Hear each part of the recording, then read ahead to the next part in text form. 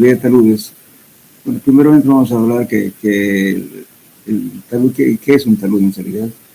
Por el nombre genérico de talud se entiende cualquier superficie inclinada, como es esta, ¿no es cierto?, que limita el macizo de piedra o de roca. Pueden ser estos naturales como también artificiales. Los artificiales son los que hace el hombre y los naturales son los que durante el tiempo geológico, ¿no es cierto?, que se va formando hasta estabilizar un ángulo determinado. Entonces ya la naturaleza a través del tiempo hace que este suelo ya sea estable con ese talud determinado.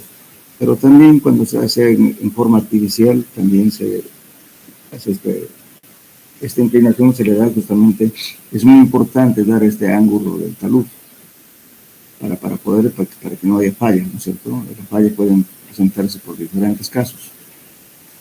Entonces, un talud consiste en que la parte superior se llama coronamiento o cresta. Toda esta parte es el cuerpo del talud, la altura del talud, ángulo de inclinación del talud y terreno de fundación. Entonces, básicamente, o sea, el talud es justamente la parte inclinada del macizo terroso o de roca. Ese es un talud. Entonces, ahora los métodos que vamos a ver justamente es aplicando diferentes criterios, ¿no es cierto? Vamos a ver, vamos a buscar justamente un factor de seguridad. Entonces, el factor de seguridad nos va a dar, cuando nos da un valor determinado, nos dice, bueno, vamos a ver eso antes del tema, ¿a qué me estoy refiriendo?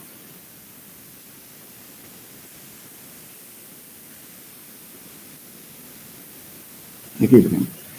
Esta es una tablita que es bastante útil, por ejemplo, ¿cierto? Lo que nosotros buscamos en un talud es este F, factor de seguridad. Cuando el factor de seguridad está aproximadamente a 1.07, las fallas son comunes, pueden ocurrir las fallas en el talud. Cuando está entre 1.07 a 1.25, las fallas ocurren. Ahora, cuando el factor de seguridad está mayor a 1.25, las fallas casi nunca ocurren. Fíjense, nunca dice, no hay un valor que diga nunca ocurren. Simplemente dice las fallas casi nunca ocurren. Siempre hay una probabilidad de que pueda haber una falla por cualquier factor, digamos, ¿no es cierto?, que no está contemplado. Suponiendo que hay filtraciones, por ejemplo, en un talud, el caso de La Paz, por ejemplo. Las casas se hacen en algunas pendientes, no están estables muchos años, pero resulta que por una pequeña fuga de agua potable o del sistema de alcantarillado, hay filtraciones, entonces se va formando una zona de falla, se va humedeciendo, saturando y a la vez ya con el tiempo produce una falla. Y hay un colapso total, bueno, donde hay accidentes, inclusive con pérdida de vidas humanas, en fin, eso ocurre. Entonces por eso nosotros en nuestros criterios nunca vamos a decir que nunca ocurre. Las fallas casi nunca ocurren, así como dice. Bien, eso entonces, cuando calculemos la estabilidad en talud, vamos a buscar siempre un factor de seguridad que sea mayor a 1.25.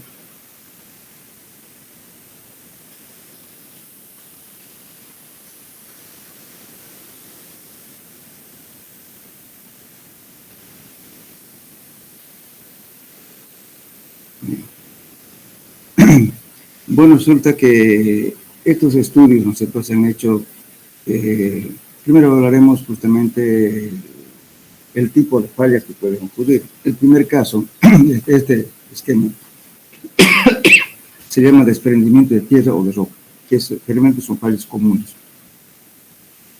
Por eso cuando se hace una carretera o cuando se hace un corte, siempre hay que hacer limpieza de coronamiento. Esa limpieza de coronamiento, ¿qué significa? Sacar las piedras que pudieran aquí, bloques de piedras o un árbol que puede caerse, en fin, entonces se hace un corte o se hace limpieza.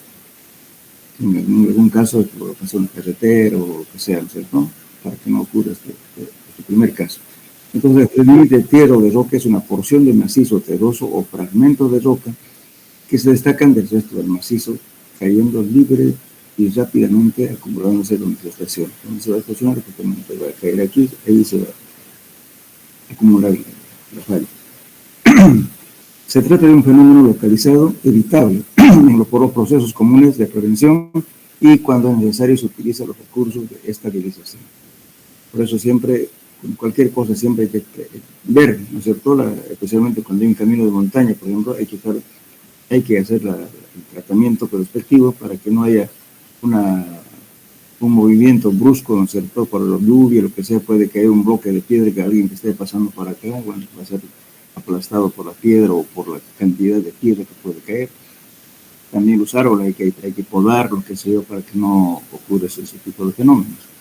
Entonces esto es previsible, pero hay que hacer, como les digo, ¿no es cierto?, el respectivo cuidado para que no ocurra esto. La segunda tipo de falla se llama dislocamiento o landslide, ¿no? Puede haber dos casos, este caso o este.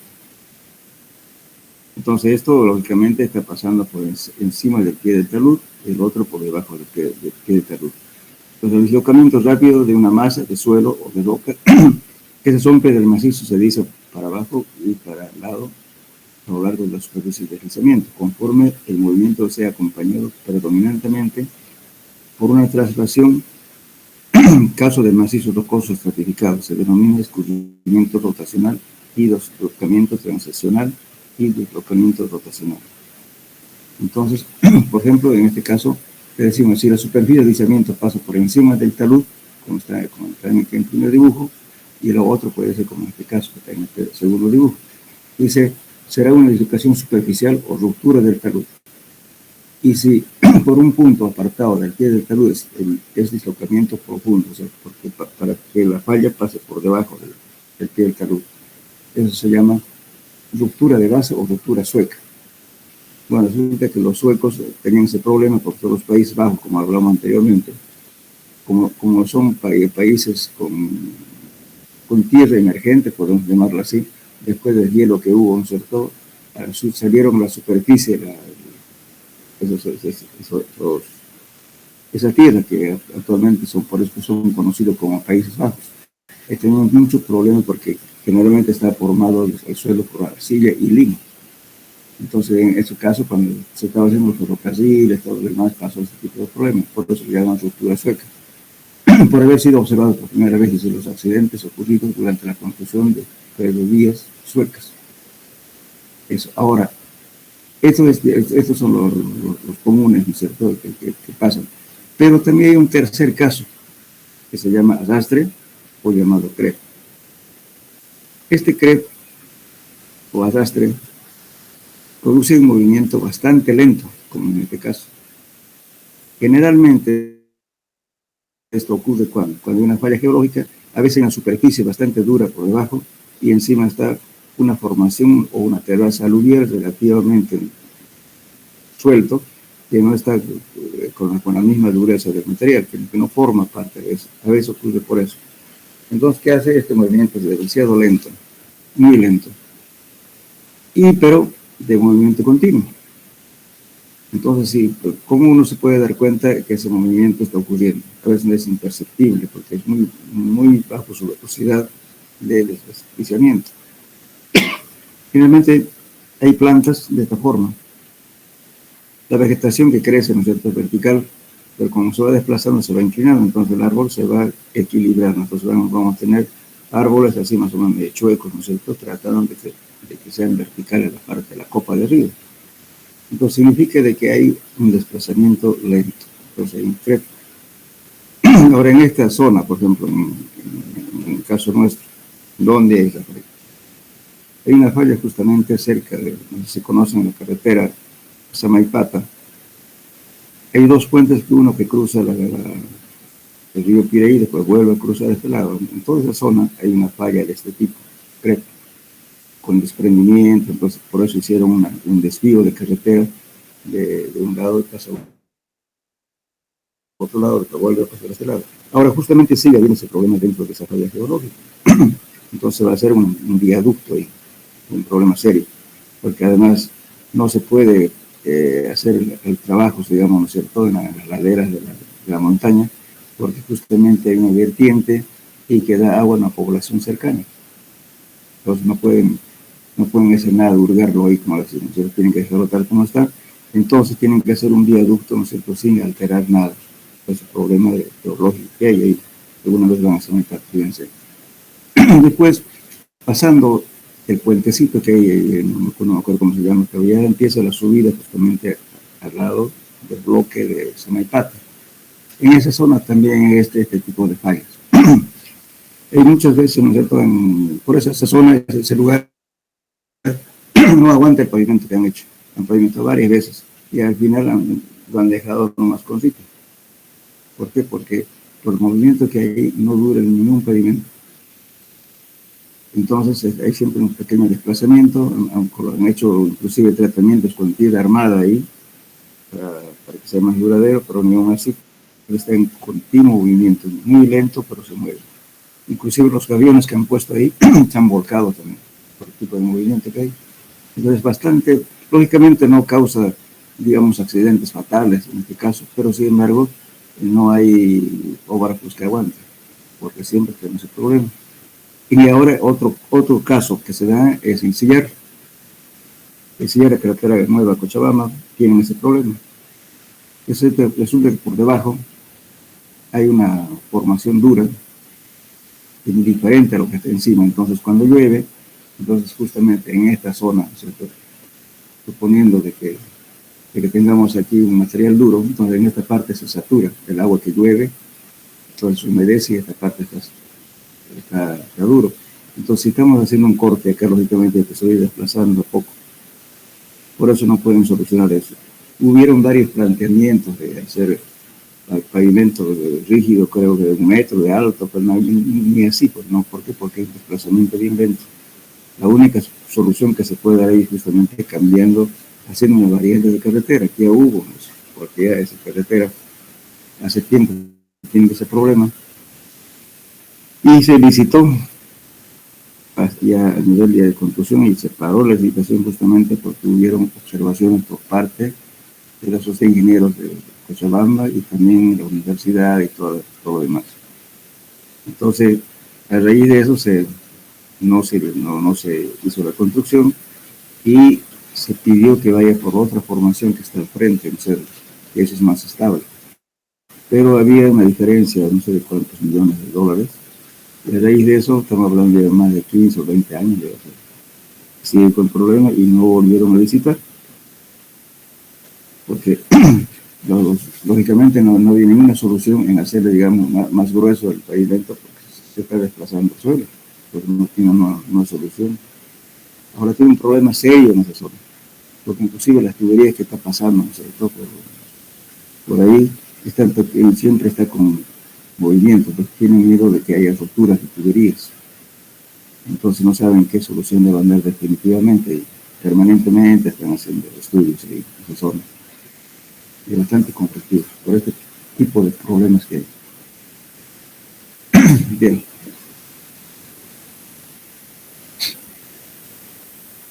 Ahora, bueno, ese tipo de movimiento lento, ¿no es cierto?, se llama arrastre o crepe.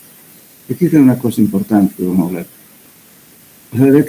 Arrastre o crepe es el deslocamiento lento y continuo de camadas superficiales sobre camadas más profundas y sin límite definido, entre la masa del terreno que se disloca y permanece estacionaria. La velocidad de arrastre es generalmente muy pequeña. Terzaghi, según Terzaghi, es de orden de 30 centímetros por decenio, o sea, cada 10 años puede desplazar 30 centímetros, puede ser 30 centímetros. En cuanto a la velocidad media de avance de un dislocamiento típico es de orden de 3 centímetros por hora. La curvatura de los troncos, ¿no es cierto?, de árboles, como ya lo hablamos, inclinados de postes, fisuras, no son algunos de los indicios de la ocurrencia del arrastre. Ahora aquí justamente este tipo de arrastre, hubo un señor ya que hizo una escala, eso le llamamos escala de Barnes. La escala de Barnes es, fíjense, o sea, toda esta velocidad donde entre 3 metros por segundo más o menos que ocurre, se llama desmoronamiento. Y entre un rango, ¿no es cierto?, de 0,3 metros por minuto a 0,5 metros por minuto se llama dislocamiento. y todo lo que son velocidades mucho menores, 0,3 metros en 5 años, se llaman arrastre o PEC. Entonces Barnes lo clasificó justamente debido a la velocidad, ¿no es cierto?, de desplazamiento del macizo terroso, lo ha clasificado justamente por la velocidad, digamos, de desplazamiento del talud. Por ejemplo, aquí dice, aquí cuando estamos, por ejemplo, en este rango es extremadamente rápido, muy rápido, moderado, lento, muy lento, extremadamente lento. Entonces tenemos más o menos para darnos cuenta de esa velocidad. Bueno, resulta que este tipo de cosas, por ejemplo, en algunas planchadas, vamos a hablar de parte práctica, en la planta de gas de San Antonio, que está en Chaco, y también en Huacaya, se han puesto justamente, ¿no sé?, porque allá se hicieron la planchada y hicieron taludes. Entonces, para ver el tipo de desplazamiento, hay sensores que han colocado y trae este problema para que no haya peligro y tengamos un accidente por rotura de tubería, como el desplazamiento es bien lento, entonces a veces no se nota. Entonces se ponen sensores para medir ese desplazamiento que está ocurriendo.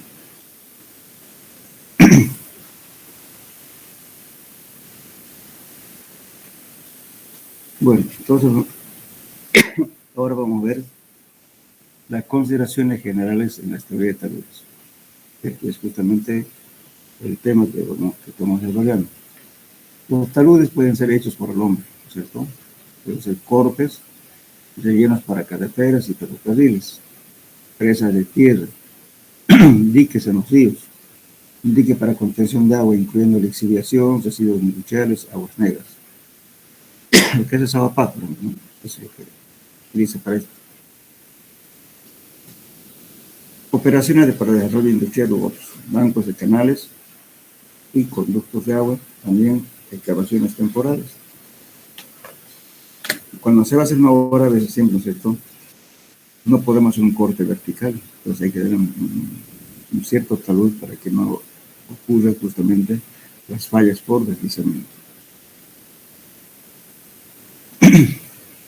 Entonces, los taludes pueden ser también formados naturalmente como en la espalda de las montañas o en bordes. Y lógicamente que este proceso de formarse un talud es una ocurrencia durante mucho tiempo, a veces tienes por miles de años. Por eso mismo, cuando hacemos un corte, por ejemplo, en la ladera de un río, que normalmente hacemos las carreteras por su bajo costo, porque no hacemos túneles, entonces resulta que estamos desestabilizando el talud existente. Entonces eso hay que ponerle alguna obra complementaria, ¿no es cierto?, para que no ocurran las fallas. Por eso, dice, por ejemplo, aquí, la superficie que no es horizontal está por resultado de componentes gravitacionales del peso que tiende a movilizar el suelo desde el nivel más alto hasta el más bajo. La filtración puede ser una causa muy importante para movilizar cuando el agua esté presente, las fuerzas producidas por el mismo también pueden ser importantes en el análisis de la estabilidad en algunas ocasiones. Bueno, lo que nos concierne aquí, cuando estamos haciendo teoría de talud, lógicamente hay que hacer un estudio geotécnico. ¿En qué consiste el estudio geotécnico? Supongamos, vamos a ilustrar, supongamos que estamos haciendo un estudio acá, así decir. Bueno, vamos a hacer una perforación acá, tal vez aquí y aquí. Pero ¿qué es lo que estamos buscando en realidad? Muchas veces, ¿no es cierto?, lo primero que vamos a encontrar cuánto es el peso específico del suelo, cuánto es el ángulo de flexión interna, si es arcilla, si es arena, si hay piedras, todo el tipo de material. Además de eso, por alguna filtración que pudiera ocurrir con el tiempo, ¿cierto?, en esta zona, con épocas de lluvia, a veces hay un nivel de saturación. Eso es importante determinar para saber, ¿no es cierto?, porque si hay una zona de saturación, ¿qué significa? Todo el material que está por debajo está saturado y por encima está parcialmente saturado. Entonces, en el cálculo del talud tenemos que tomar en cuenta esa masa saturada y la masa que no está saturada. Se toma en cuenta justamente las presiones hidrostáticas del agua. Entonces, por eso es importante. No es solamente, hay mucha gente que dice solamente, hágame un estudio aquí. ¿Cuántos metros? 3 metros. No es suficiente. ¿Por qué? Porque no podemos tener una falla más abajo. Entonces hay que ver hasta dónde está el nivel de agua. Si no hay agua, pues mejor, no pasa nada. Pero si hay agua, entonces tiene en su cálculo, tiene que considerar eso y ver qué soluciones le va a dar, justamente porque cuando llueve hay recarga hidráulica y se satura, entonces y por tanto puede haber un desplazamiento. Que esa palabrita famosa que la hablan generalmente la gente dice mazamorra. No es mazamorra, ¿verdad? Es una falla justamente por saturación del suelo. Y ustedes saben que eso puede enterrar carreteras, entierran gente, puentes, y La Paz ocurre frecuentemente ese tipo de obras. Y hasta ahora justamente hay un problema serio en el que La Paz, ¿cierto? Creo que un sector aprobó una ley municipal donde permitían construir casas de cualquier tipo, de cualquier piso. Y bueno, lamentablemente la gente que maneja el consejo, que saben, pues, ni siquiera se asesoran con un ingeniero técnico o con un geólogo, con un ingeniero civil que tiene que tener una idea, que no es nomás agarrar construir en cualquier parte, ¿verdad? Pero votan por sus intereses económicos o porque políticamente les conviene, porque va a haber más votos, que o sea, la gente maneja así, lamentablemente estamos manejados por ese tipo de gente. No me interesa nada, total tener votos y seguir vigente en el poder. Eso no es bueno. Entonces, lo que implica hay un problema serio. Aquí mismo, fíjense, ¿qué tenemos? En Urubó, la alcaldía municipal de Porongo, por ejemplo, vende tierras por ahí, y cualquiera urbaniza, haciendo lagunas, haciendo todas las cosas. Pero eso está en un problema serio de erosión del material, falta de árboles. Dentro de poco, las nuevas generaciones que vienen no van a tener agua para tomar, como ahora agarrar un grifo y bañarse con harta agua. Van a tener que bañarse con un litro de agua. ¿Por qué? Justamente no estamos cuidando los acuíferos. Eso es una medida que ya tienen que pensar ustedes, que son nueva generación, tienen que proteger eso para que los otros que vienen atrás no tengan ese problema de agua. Como en Cochabamba de Nisicuri, ¿verdad? Había lugares que no daban agua, solamente en la noche nos daban. Ahora ya tienen agua, pero hay que cuidar. Aquí nosotros somos así, que hay que tomar agua subterránea, no estamos tomando agua de río. Entonces hay que tomar en cuenta toda esta erosión, todos los problemas que estamos causando.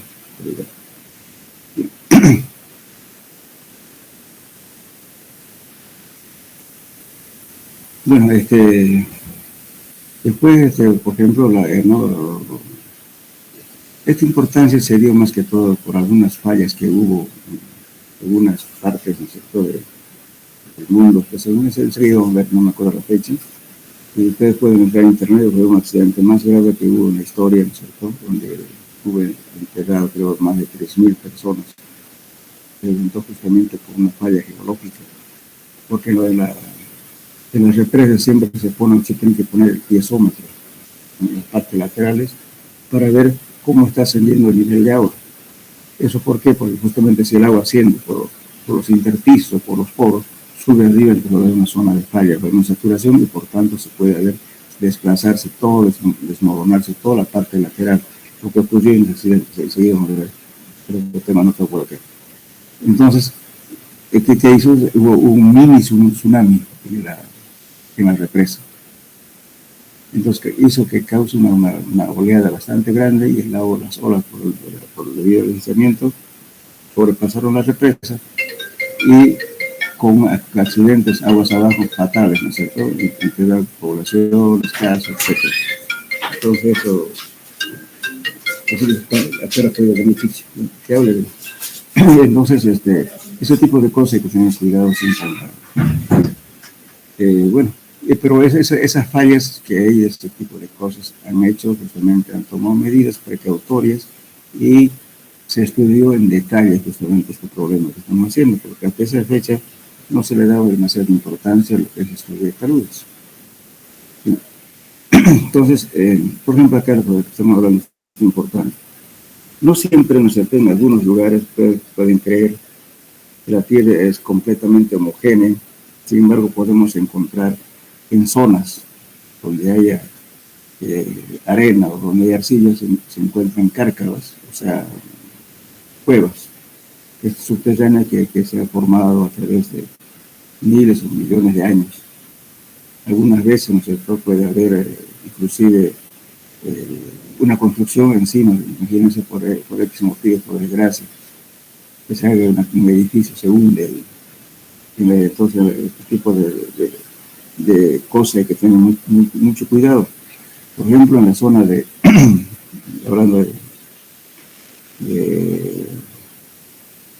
pues, ¿cómo se llama? De Quijarro, Puerto Suárez, en toda esa, por ejemplo, hay fallas geológicas, hay cavernas kársticas. ¿Qué son las cavernas kársticas? Son las cavernas, ¿cierto?, en piedras calizas que circula el agua, a veces hay cuevas por ahí. Yo estaba haciendo un trabajo justamente para la aduana en esa zona, estamos haciendo perforación con diamante, era pura piedra caliza y de repente el herramienta se entró casi 2 metros. Era un agujero, un hueco. Entonces dijimos, no, en este lugar no es conveniente hacer edificaciones ni hacer cargas pesadas, ¿no es cierto?, porque había una caverna dentro. Pero eso es justamente porque por la corriente del agua subterránea que pasa y va haciendo agujeros, porque la piedra caliza se desintegra. Y no solamente eso, también muchas veces hay animales que mueren. Y aquí estamos hablando de suficiencia. Estas fuerzas variables producen esfuerzos cortantes en el suelo y ocurrirán movimientos a menos que las resistencias cortantes sobre cada superficie posible de falla a través de la masa sea suficientemente mayor que el esfuerzo cortante. La resistencia de corte depende de la resistencia cortante del suelo y de otros factores naturales, tales como presencia temporal de agua, filtración o filtración de aguas de lluvia, raíces, lentes de hielo, aguas subterráneas, aguas subterráneas congeladas o rocas que deben separarse a lo largo de la superficie de la falla, huecos de animales como gusanos, reptiles o raíces abandonadas pueden producir un mecanismo de falla progresivo en el índice de la falla de talud.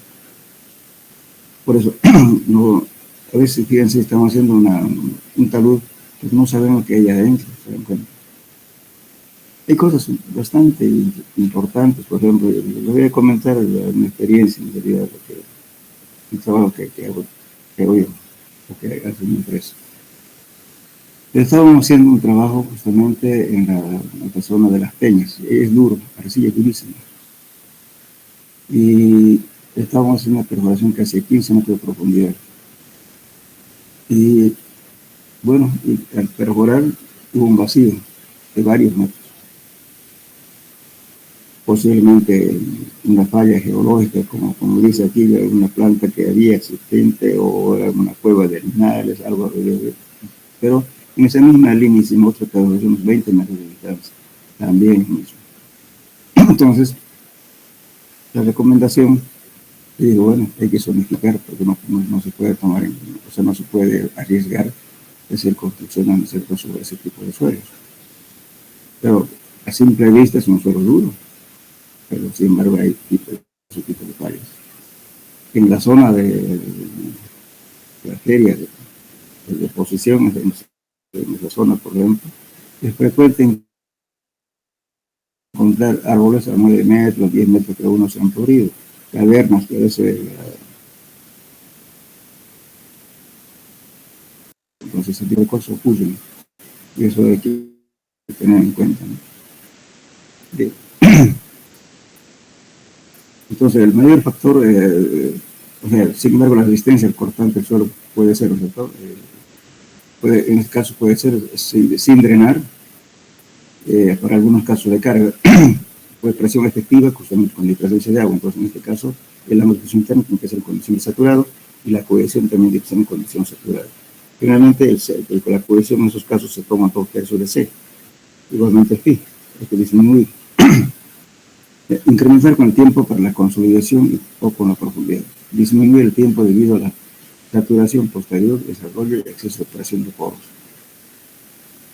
Por eso decir, cuando hay una presa, por ejemplo, en la parte lateral que tengan, tienen que colocar justamente piezómetros para medir la presión de poros y ver la altura de agua que está ascendiendo en la zona, para que no se produzcan las fallas laterales. Estamos hablando de presas grandes, ¿no es cierto? Como cuando un estrato, ¿no es cierto?, permeable tiene la salida bloqueada y se llena de agua, o pérdida de presión de poros negativa. Bien.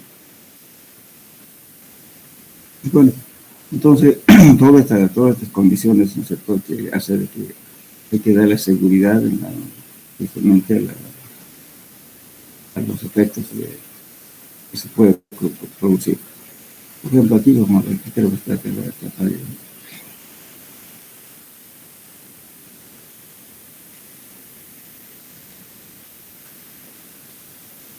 Dice el caso, fíjense, justamente a todo este proceso de la teoría, de la historia de taludes y todo lo demás, se formó una comisión por este accidente que hubo en la presa de Fort Texas en el año 1938.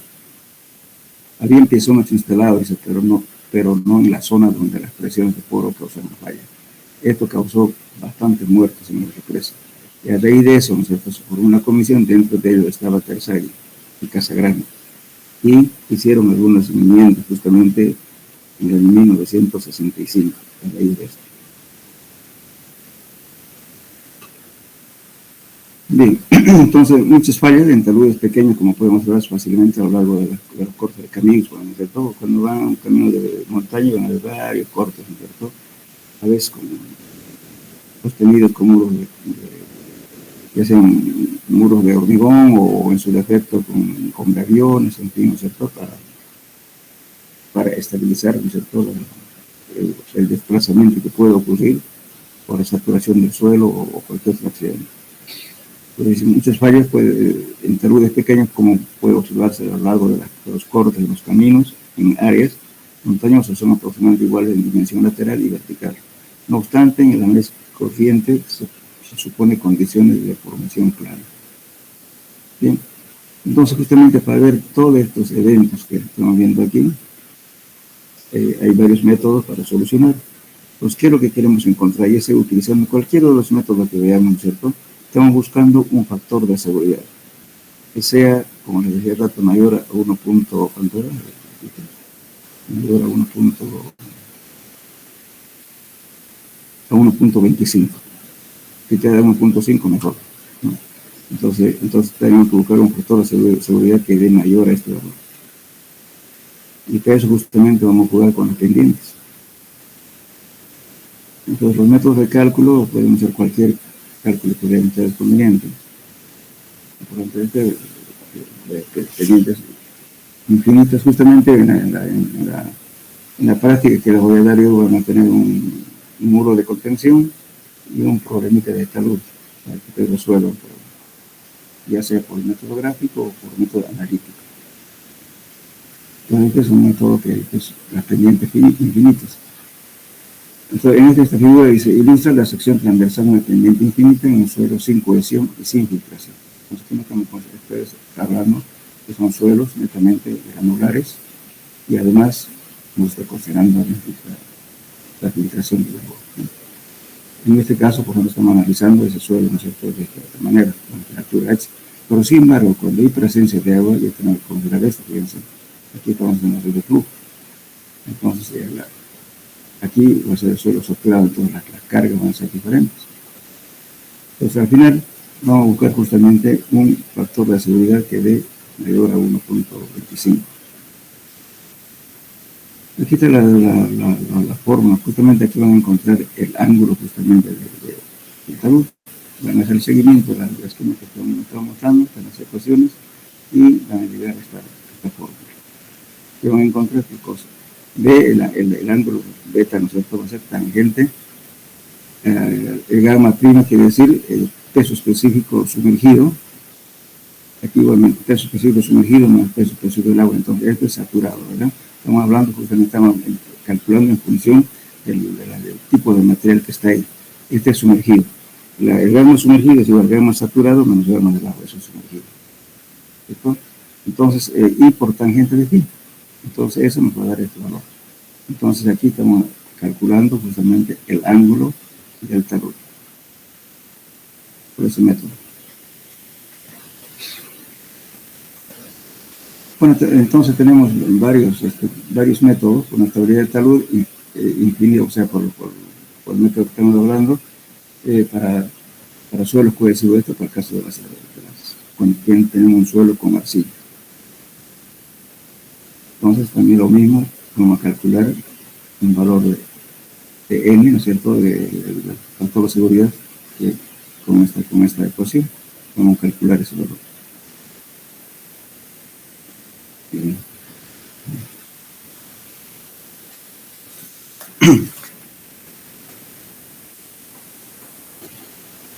Después, también tenemos otro. Por favor, ustedes cuando tienen que leer un poquito de esto, ¿no es cierto?, y escribir y hacer el trabajo para poder entenderlo. Esto, por ejemplo, la análisis de arco circular, justamente los datos para poder hacer cualquier estado de talud, necesitamos conocer siempre el gamma del suelo y necesitamos conocer el ángulo de fricción interna. Y si es un suelo fino, entonces necesitamos conocer la cohesión. Entonces aquí lógicamente, ¿qué es lo que vamos variando? Esta pendiente puede variar, estamos buscando aquí un factor de seguridad, entonces este ángulo puede variar, ¿no es cierto? Entonces por eso es importante, por ejemplo en este caso, fíjense, aquí hay agua, entonces por eso les decía yo en el estudio de suelos que hagan para calcular una estabilidad de talud, tienen que hacer esto necesariamente un agujero acá, otro por acá, tal vez otro por aquí sucesivamente, para determinar cómo está esta zona de falla. Porque tiene agua, entonces el suelo aquí está saturado, en cambio aquí no. Entonces el peso específico del suelo es variable, eso hay que considerar en el cálculo. Entonces con todo eso lo que vamos a encontrar es justamente este valor. Aquí,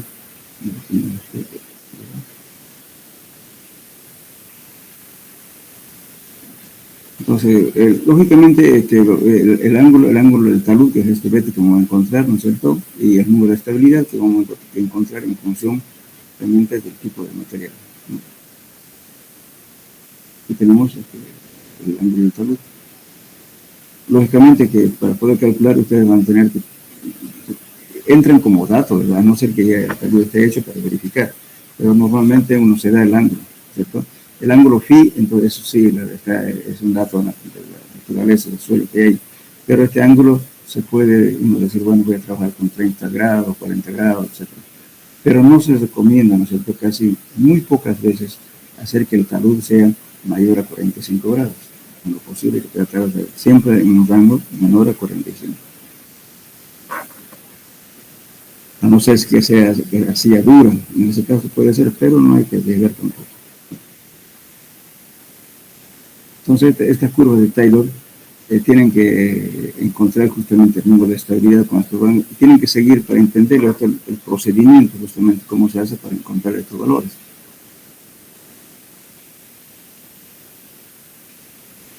El método de círculo también es un método similar, y bueno, tienen que encontrar justamente los valores del número de estabilidad n, viendo justamente esta forma del talud, la falla que se va a ocurrir aquí.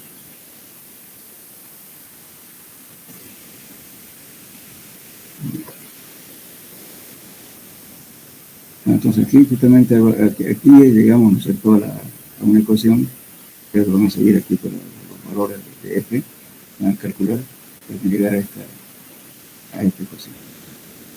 Aquí, resistencia real del suelo, el refuerzo del corte, que es lo que va a soportar, y la resistencia al corte desarrollado.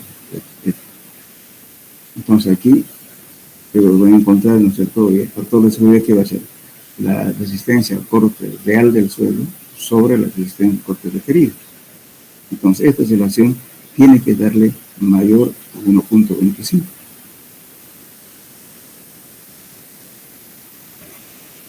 Pues justamente ahí está, ¿no es cierto?, las condiciones que estamos viendo.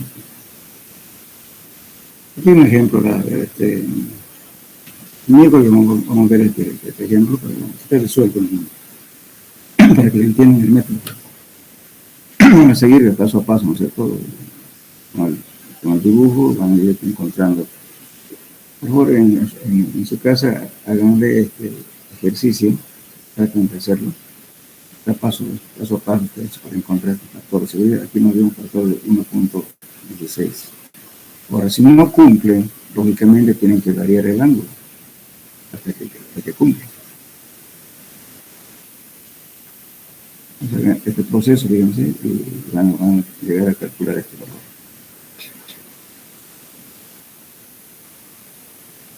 Bueno, el método que más se emplea en la práctica es este, y el método de Bishop. Este es el método de análisis método de las dovelas. ¿Por qué se llaman dovelas? O también le llamamos el método de las rebanadas. Estamos separando, pues, fíjense, en partes, en rebanadas, ¿no? Por eso se llaman dovelas, es una dovela. Entonces estamos separando el talud. Y esta es una línea, ¿no es cierto?, de falla que estamos considerando. Lógicamente, no es una cosa que le va a dar el dato, lo que nosotros suponemos que. Entonces aquí va a haber una grieta de tensión, ¿no es cierto?, depende de las condiciones que se encuentran en talud. Y también aquí tenemos el agua freática. Por eso siempre vuelvo a repetir, cuando se hagan este estudio solo para un talud, tienen que pedir en diferentes puntos, no uno. Le estoy diciendo eso porque hay gente que hace eso. Normalmente pide un hito para sacar el gano y no está considerando esto, cómo está la línea de las aguas freáticas. No está considerando eso. Entonces, en el estudio tienen que calcularse eso. Bien. Entonces, y hay lógicamente al final del trabajo, esta es una tabulación que ustedes pueden calcular, por ejemplo, ¿no es cierto?, como AutoCAD les facilita bastante este cálculo, cuánto vale el peso de cada dovela. Y lógicamente esto es fíjense, esto no es una recta, es una cuerda, ¿no es cierto? Entonces, lógicamente, el método que está calculando aquí ese valor, pero van a ver la formulita que da para calcular justamente esta partecita de aquí, porque esto no es recta, es una curva. En la práctica,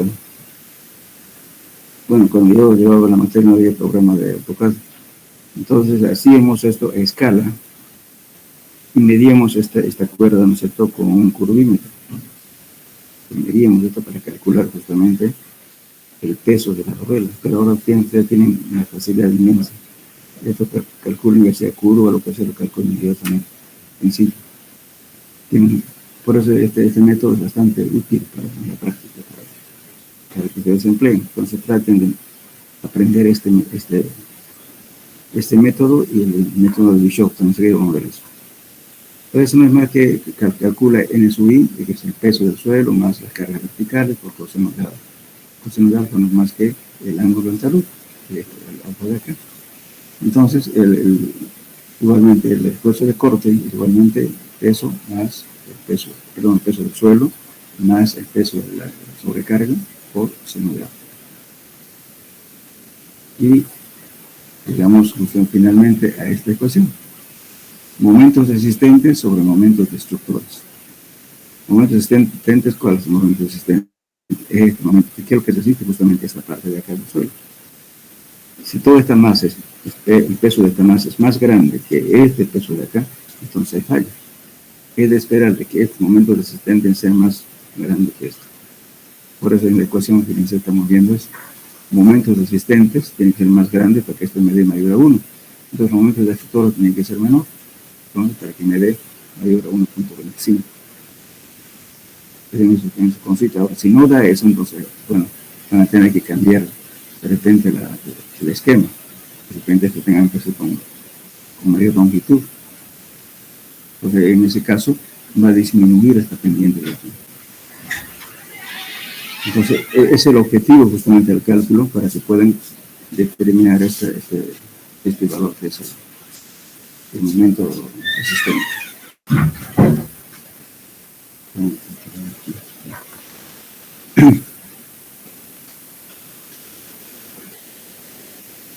Bueno, y en el texto esta función aplicar hay una tablita. En serio, lo que van a llegar justamente a hacer una tabla. Fíjense, aquí está el área, ¿no es cierto? Las dovelas, en este caso 6 dovelas, y cada dovela van calculando el peso, el ancho, el esfuerzo portante, bueno, todo se calcula, ¿no es cierto? Y van a llegar a esta ecuación. Suman esto más esto, que es el resistente, y este es el destructor. Entonces todo esto lo tabulan en base a este gráfico. Aquí hay un ejemplo también, por favor. Tienen que hacerlo bien para entender el método. Esto igualmente se calcula con bien, ¿no es cierto? Es una fuerza que está haciendo que se desplace la masa del suelo. Entonces se lo toman en cuenta. Pero es una carga distribuida, depende de cómo. Bueno, este es el método del análisis del método de las cuñas. Esto es muy poco usual, pero no, generalmente a veces utilizan todavía algunas personas, pero es muy poco usual. Pero de todos modos, en el grupo que lo toque va a tener que hacer necesariamente eso, pero es conveniente, vuelvo a repetir, para todos. Traten de hacer el método de las dovelas y Bishop aparte del método que es importante que manejen eso. Es un método. Esto simplemente es como un conocimiento general que tienen que hacer.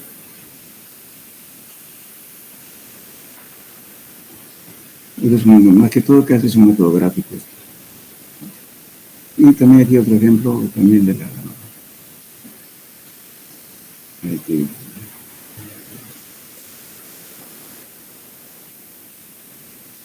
Entonces, la geometría del bloque deslizante, la figura 2414, y la siguiente información sobre el suelo. Este peso específico, esto es la cohesión, el amplitud interna.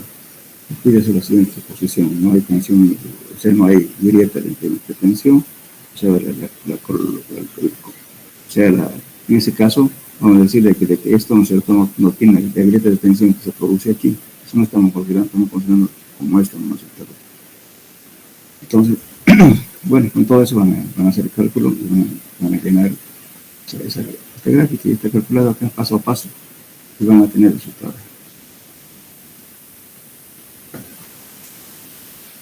Bueno, ahora igual, por ejemplo,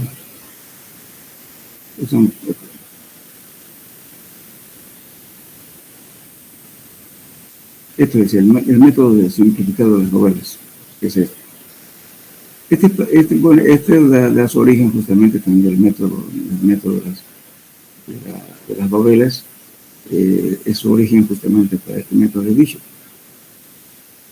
Sus consideraciones son similares y también vamos a llegar justamente a la relación, ¿no es cierto?, del momento destructor frente al sistema.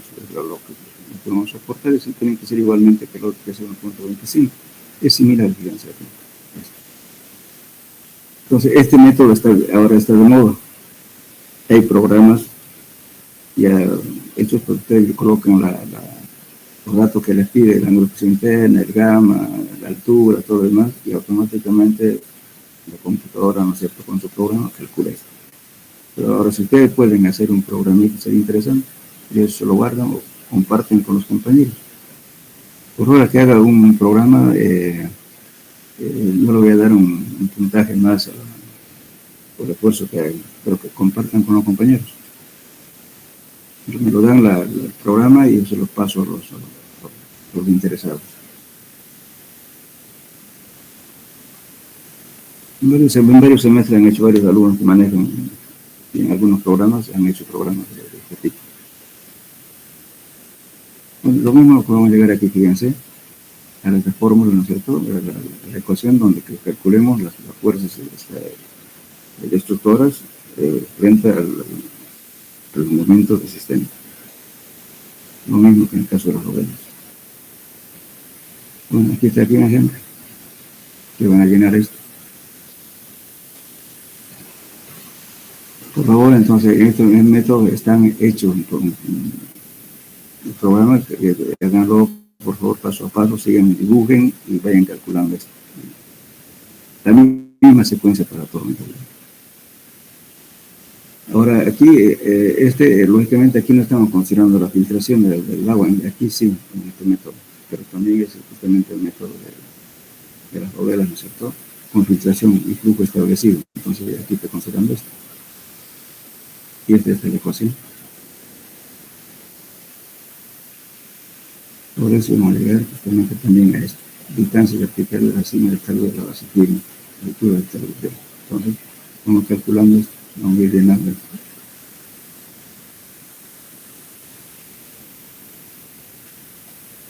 Bueno, finalmente, un ejemplo de aplicación. Aquí están las tablas, como paso de aquí, todos estos valores que pueden utilizar las tablas, como el talud es de 3 a 1, 4 a 1, 5 a 1. O sea, el talud. Y aquí tienen un ejemplo, el método de Bishop y Morgenstern. Entonces, con eso terminaríamos en realidad la materia. Yo que yo estaba aquí un tema más, pero le quité porque vi que se complicaba mucho, y que es el método justamente el método boliviano, inventado por un boliviano, ¿cómo se llama? Por Valle Rodas. O si alguien quiere hacer, es un método que parecido a estos casos.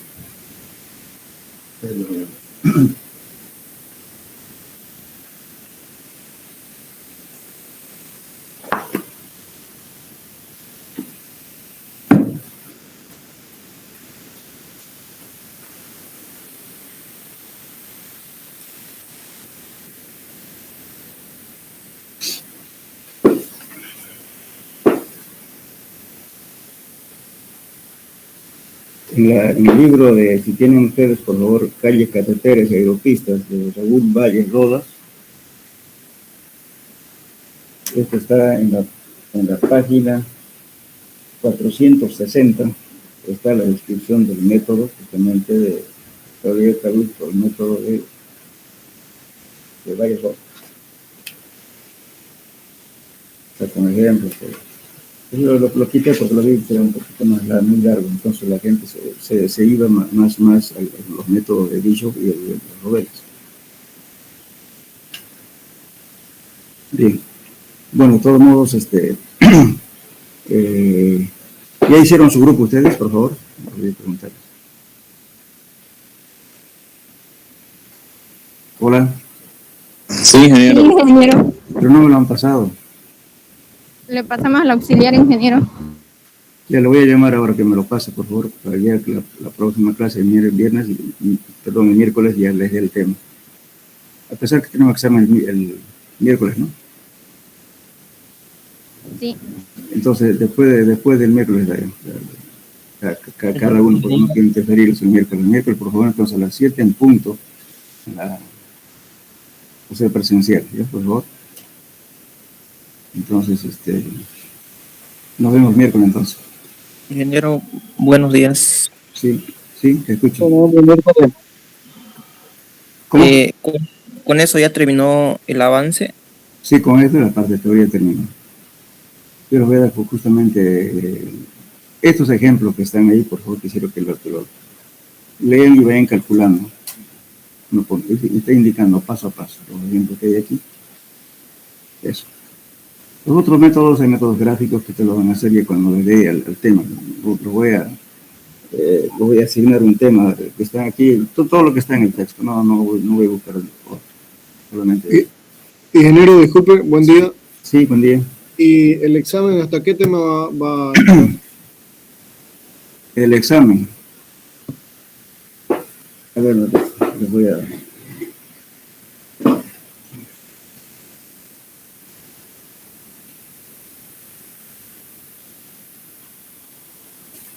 A ver, mejor lo veremos acá. Hasta luego.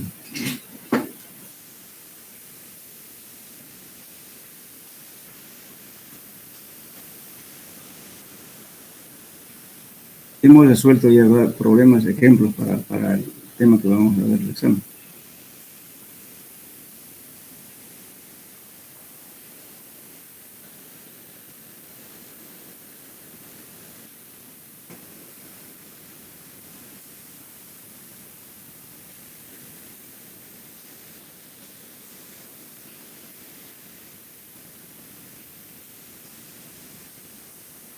Hasta aquí, que son los sábados que leí el último. Y también esto también hicimos el último día un ejemplo de esto.